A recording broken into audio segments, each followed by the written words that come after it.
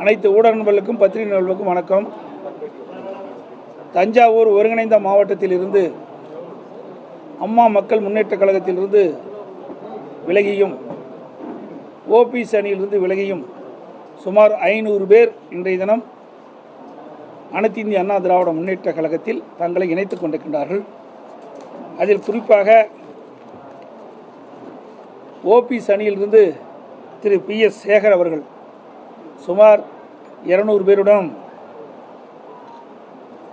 அதேபோல அம்மா மக்கள் முன்னேற்ற கழகத்திலிருந்து பொன்தா மனோகரன் முன்னாள் மாவட்ட கழக செயலாளர் அவருடைய தலைமையில் சுமார் 120 பேரும், ஓபிஎஸ் அணியிலிருந்து விலகி திரு அறிவுடை நம்பி அவருடைய தலைமையில் 151 பேரும், திரு முத்து அவர்கள் தலைமையில் 36 பேரும், ஆக மொத்தம் சுமார் 500க்கும் மேற்பட்டவர்கள் இன்றைய தினம் அந்த கட்சியிலிருந்து விலகி, அந்த அணியிலிருந்து விலகி இன்றைய தினம் அனைத்து இந்திய அண்ணா திராவிட முன்னேற்ற கழகத்தில் தங்கள் இணைத்துக் கொண்டிருக்கின்றார்கள். அவர்கள் அனைவருக்கும் இதயபூர்வமான நல்வாழ்த்துக்களை முதலில் தெரிவித்துக் கொள்கின்றேன். உங்களை போடுற நிருபர்கள் கேள்வி கேட்குறீங்க, சொன்னால் மறுபடியும் வருது, இதே திருப்பி வந்துக்கிட்டு இருக்குது. அதனால் அவரை பற்றி எந்த வித கேள்விக்கும் பதில் இல்லை. ஏன்னா நீங்கள் இப்படி கேட்குறீங்க, நேற்று அப்படி தான் அவர் கேட்டார், நாங்கள் உண்மையான பதில் சொன்னால் திருச்சி வெளியிடுறாங்க. அதனால் ஓபிஎஸ் அவர்கள் எங்களிலிருந்து விலகி சென்று விட்டார், விலக்கப்பட்டு விட்டார். இனி அவரை பற்றி பேசுவதற்கு ஒன்றுமில்லை. என்ன காட்டம் கொடுத்தாலும் அதை பற்றி இல்லை. எங்களுக்கு என்ன இருக்குது இல்லை, அவர் அனைத்து இந்திய அண்ணா திராவிட முன்னேற்ற கழகத்தில் தற்போது இல்லை.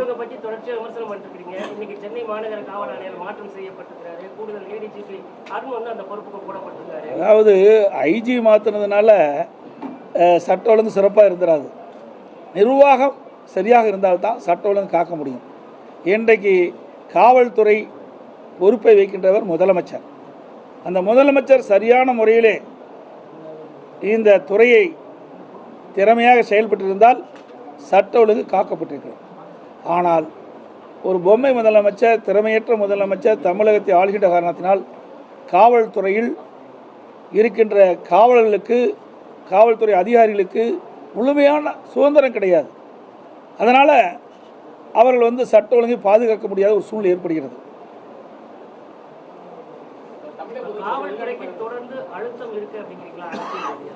நிச்சயமாக இருக்குது. இன்றைக்கு திராவிட முன்னேற்ற கழகம் ஆட்சிக்கு வந்த பிறகு காவல்துறை சுதந்திரமாக செயல்பட முடியவில்லை. அதனால தான் எங்கே பார்த்தாலும் போதைப்பொருள் விற்பனை தாராளமாக இருக்குது. எங்கே பார்த்தாலும் கொலை, கொள்ளை, திருட்டு, வழிப்பறிவு, பாலியல் கூட தொடர்ந்து நடந்த வண்ணம் இருக்குது. கொலை நடக்காத நாளே இல்லை. எங்கே பார்த்தாலும் ரவுடிகளுடைய ராஜ்யமாக இருந்துட்டு இருக்குது. இதையெல்லாம் ஒடுக்க வேண்டும் என்று சொன்னால் காவல்துறைக்கு முழு சுதந்திரம் வழங்கப்பட்டால்தான் தமிழகத்தில் சட்ட ஒழுங்கு பாதுகாக்க முடியும், ரவுடிகளை அடக்க முடியும்.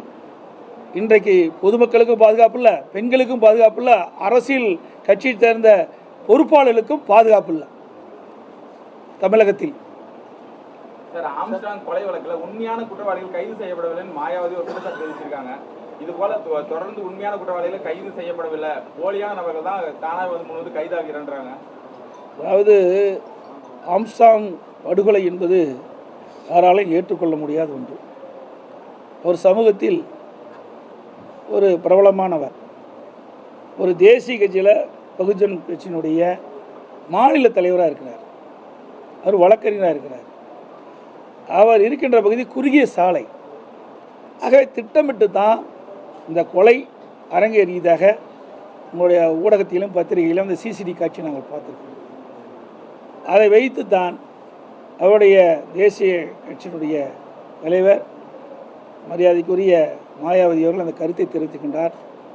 அவர் குடும்பத்தைச் சேர்ந்த ஆம்ஸ்ட்ராங் அவருடைய குடும்பத்தைச் சேர்ந்தவர்களும் அவருடைய கட்சி நிர்வாகிகளும் சந்தேகப்படுவது, இப்போ தற்போது சரணடைந்திருக்கிறாங்க, கைது செய்யல, அவர்கள் சரணடைந்திருக்கிறாங்க. அவர்கள் உண்மையான குற்றவாளி அல்ல, போலி குற்றவாளி. ஆகவே உண்மை குற்றவாளிகளை கைது செய்ய வேண்டும் என்று அவருடைய குடும்பத்தைச் சேர்ந்தவர்களும் பகுஜன் கட்சியை சேர்ந்த நிர்வாகிகளும் அதனுடைய அகில இந்திய தலைவரும் போற்றக்கூடிய மாயாவதி அவர்களும் தெரிவிக்கின்றார்கள். உண்மை குற்றவாளிகளை அவருடைய சந்தேகங்களை போக்குவது அரசுடைய கடமை.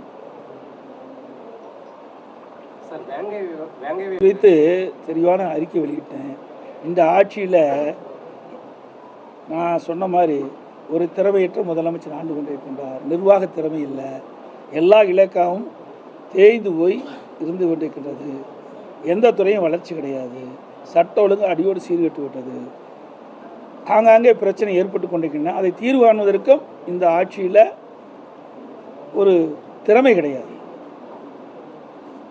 இன்னொன்று குறிப்பாக சேலம் அந்த அணைமேடு மேம்பால பணி நிறைவடைந்து இப்போ ஒரு வாரத்துக்கு மேலே ஆயிடுச்சு. அமைச்சர்கள் எல்லாமே தேர்தல் பணியில் இருக்கிறதுனால இன்னும் அது பணியை திறக்காமல் இருக்காங்க. போக்குவரத்து நெரிசல் தொடர்ந்து ஏற்பட்டுட்டே இருக்கு.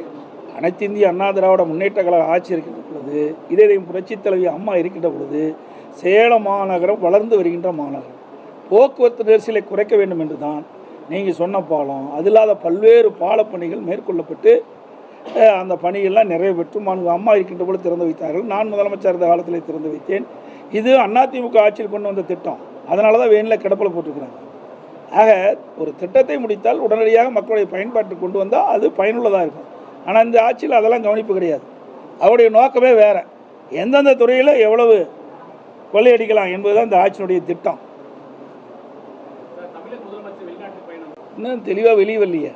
அவருடைய அரசாங்கத்திலிருந்து அவருடைய வெளிநாட்டு பயணம் குறித்து எந்த அறிவிப்பும் வெளியிடப்படவில்லை அதிகாரப்பூர்வமாக. கோவை நெல்லை மேயர் ராஜினாமா பண்ணியிருக்காங்க. என்ன காரணம் திமுக காரர் கேட்டால் தான் தெரியும். நம்ம திமுக தலைவர் திரு ஸ்டாலின் அவர்கள் கேட்டால் தெரியும். எல்லாம் உட்கட்சி சண்டை, பாகு பிரிக்கிற சண்டை தான் நான் கருதுகிறேன். அது உண்மையாக பொய்யான்னு தெரியாது. எங்களுக்கு கிடைத்த செய்தியின் அடிப்படையில் அவர்கள் ஒரு ஒற்றுமை கிடையாது. இங்கே மட்டும் இல்லை, காஞ்சிபுரத்திலே அப்படி தான் இருந்துக்கிட்டு இருக்குது. பாருங்கள், அங்கே ஒரு போராட்டம் நடத்திக்கிட்டு உங்களுடைய ஊடகத்திலையும் பத்திரிகையிலையும் பார்த்தேன், வெளியில் வர்றாங்க. அந்த அவருடைய மேயர் மீத ஒரு சரி நகரமன்ற தலைவரா அங்கே அவருடைய அங்கே இருக்கிற அது மாநகராட்சி தானே, காஞ்சிபுரம் இல்லை காஞ்சிபுரத்தில் மாநகராட்சி. அங்கே இருக்கிற கவுன்சிலர்லாம் அங்கே இருக்கிற மேயர் மீது குற்றம் சுமத்தி அவர்கள் சம்மந்தப்பட்ட அதிகாரிகளுக்கு கடிதம் கொடுக்குறாங்க. இன்றைக்கு தமிழ்நாடு முழுவதும் நிர்வாக திறமை இல்லாத ஒரு ஆட்சி தான் நடக்குது. அது உள்ளாட்சின்னா படுபாதாளத்துக்கு போயிட்டது. ஒரு நிர்வாக திறமையே இல்லை. அடிப்படை வசதியிலே மக்களுக்கு கிடைப்பதில்லை இந்த ஆட்சியில். சார், ஜெயலலிதா அவர்களே அவரை எதிர்த்த காளிமுத்து நெடுஞ்செழி அவர்கள் மருத்துவர். நீங்கள் வேறுன்னு ஏதோ ஒரு கேள்வி கேட்கணும்னு கேட்குறீங்க. நான் தான் அந்த கேள்விக்கே அதாவதுங்க, வெளியேற்றப்பட்டவர்களை பற்றி கேள்வி கேட்டால் அவர்கள் ஏதாவது ஒரு பதில் சொல்லுவாங்க. நீங்கள் ஊடகத்தில் விறுவிறுப்பான செய்தி வேணும்னு எங்கள் மூலமாக கிடைக்கிறீங்க. அது வேண்டாம். அவர்களெல்லாம் போய் கட்சி ஆஃபீஸை உடைக்கலை, கட்சிக்காரனை அடிக்கலை, கட்சியுடைய வாகனத்தில் நொறுக்கலை, அவரெல்லாம் பொருளை திருடிக்கிட்டு போகல. சார், முன்னாள் அமைச்சர் விஜயபாஸ்கர் தொடர்புடைய இல்லங்களில் சிபிசிஐடி தொடர்ந்து ஆய்வு மேற்கொண்டு வராங்க. இப்போ அவரும் நான் நேற்றைய தினம் அதுக்கு முழுமையான பதில் கொடுத்துட்டேன். எல்லா தொலைக்காட்சியிலையும் ஊடகத்தில் பத்திரிகைலாம் வந்துட்டுது. வேண்டுமென்றே திட்டமிட்டு திராவிட முன்னேற்ற காலத்தில் இருக்கிற முன்னாள் அமைச்சர் செந்தில் பாலாஜியில் இன்றைக்கி அங்கே சிறையில் இருந்துகிட்டு இருக்காரு. அதற்கு எதிர்ப்பு தெரிவிக்கின்ற விதமாக பத்திரிகையிலும் ஊடகத்திலையும் எங்களுடைய இயக்கத்தைச் சேர்ந்த மாவட்ட செயலருடைய பெயர் வெளியில் வர வேண்டும் தான் இதெல்லாம். இது ஒரு சிவில் கேஸு. இது வேண்டுமென்றே ஒரு கிரிமினல் கேஸாக ஒரு மாற்றப்பட்டு இன்றைக்கு வேண்டுமென்றே ஒரு அவதூறான செய்தியை இன்றைக்கு பரப்பி வருவது தான் யதார்த்தமான நிலை. நானும் வழக்கறிஞர்கள்லாம் கேட்டேன், இதில் சிவில் கேஸ் தாங்க, இது கிரிமினல் கேஸுக்கு வராது. அப்படி இருந்தாலும் ஒரு மனுவை வாங்கி ஒருவர் மூலமாக ஒரு மனுவை வாங்கி அவருமே ஒரு குற்றச்சாட்டை சொல்லி அவர் மீது நடவடிக்கை எடுக்க இந்த அரசு முயற்சிக்கிறது. இது வேண்டுமென்றே திட்டமிட்டு அனைத்து இந்திய அண்ணா திராவிட முன்னேற்ற கழக நிர்வாகிகள் மீது வழக்கு போடுவதற்காக ஜோடிக்கப்பட்ட வழக்காகத்தான் பார்க்கப்படுகிறது. இது உண்மை நிலை இல்லை என்பதை தெரிவித்துள்ளேன். அனைத்து ஊடகங்களுக்கும் பத்திரிகைகளுக்கும் வணக்கம், நன்றி. சென்னையில் கொலை செய்யப்பட்ட ஆம்ஸ்ட்ராங்